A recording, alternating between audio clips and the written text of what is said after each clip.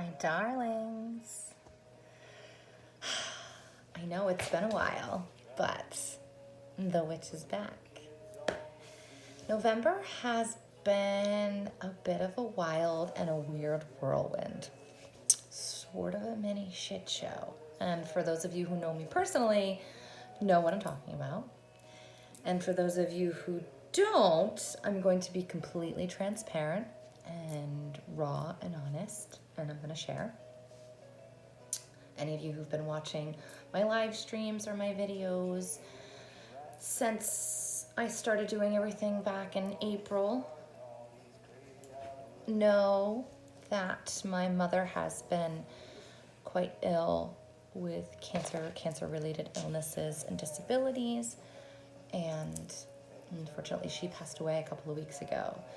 So I've taken some time this month to do all those necessary things, to grieve, to process, to recenter, rebalance, realign, whatever.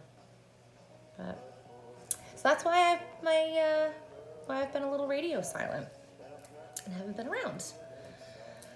And I appreciate all the love and support that I have gotten from some of the really amazing people that I have in my life. And I'm grateful. And I'm back. And I come back to you amidst this gorgeous Gemini full moon partial lunar eclipse.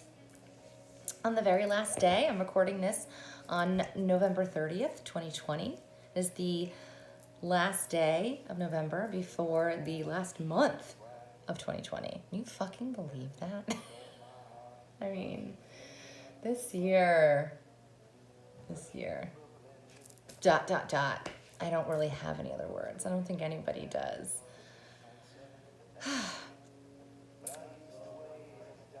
I come with a message.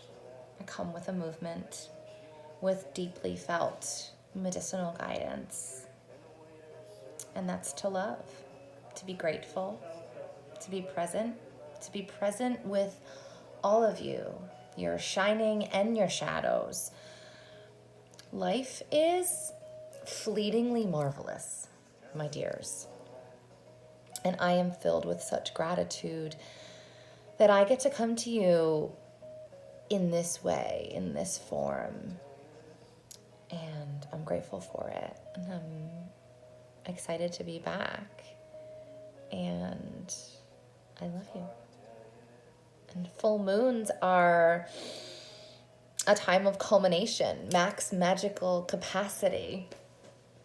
We've been waxing, we've been growing, we've been manifesting, creating and crafting, and now we present it to take shape and form, to fling it at the wall and see what sticks.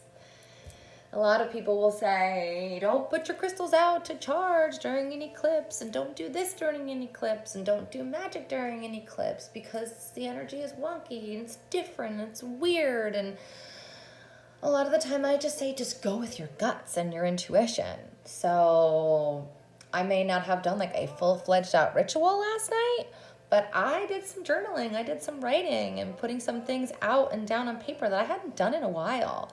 And it was really healing.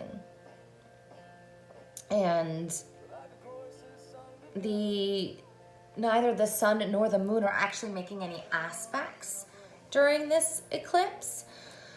For those of you who have had astrology sessions with me, or those of you looking to take astrology sessions with me, I always tell my clients, the aspects, which are things called oppositions, which is what a full moon is, a conjunction, which is what a new moon is.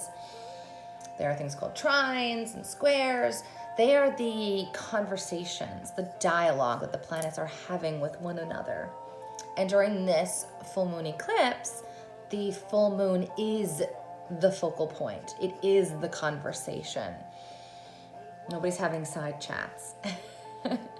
Neither the sun nor moon are making any other aspects to anyone else. There's a couple ones that are a little far off, but I'm not going to bring it up here for sake of time. And this not this, just for sake of time. I'm not going to bring all those other things up. This is what we're just going to focus on. And in Gemini, which is the sign that this full moon is in, there's always that energy of feeling split, right? Of having multiple ideas, of two brains, two possible outcomes, scattered thoughts and rapid fire senses. Gemini is not split personalities, but duality. And it's a sign that is ruled by Mercury, which is very fast moving. It's all about thoughts and ideas. So this full moon is, it's not a body experience, it's a mental experience. So if you've been feeling very mental, very thought-provoked over the weekend, throughout the holiday, and continuing you're going to continue that for the next couple of days. The days before and after a full moon radiates, especially an eclipse. And this is a partial, so like I said, don't mind my feet. It was last night, early this morning on the East Coast, around 1:30. And it was just a partial, so just a piece was blocked out. And talking about shadows. What is a piece that you feel you're blocking in your life? Also, where or how do you feel that you're being pulled in multiple directions? Sticking with that Gemini attitude. Is it that you're feeling pulled around by others or by your own thoughts? Meditate on all that for a little bit. So I've decided to split up my weekly video into 3 different segments. Astrology, tarot, and crystals. And I'm going to do a tarot pull for this first week for the start of this eclipse season and the energy surrounding it. And I'm also going to do a video to highlight crystal healing for it.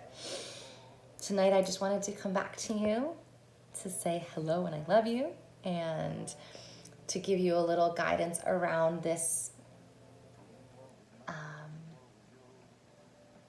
moon energy, and to set you up for the week, and to tell you that I'm always here to support you, and you can always find me on my website, on my social media accounts, on Instagram and Facebook and YouTube, wherever you're not watching this or watching this, so you can connect with me.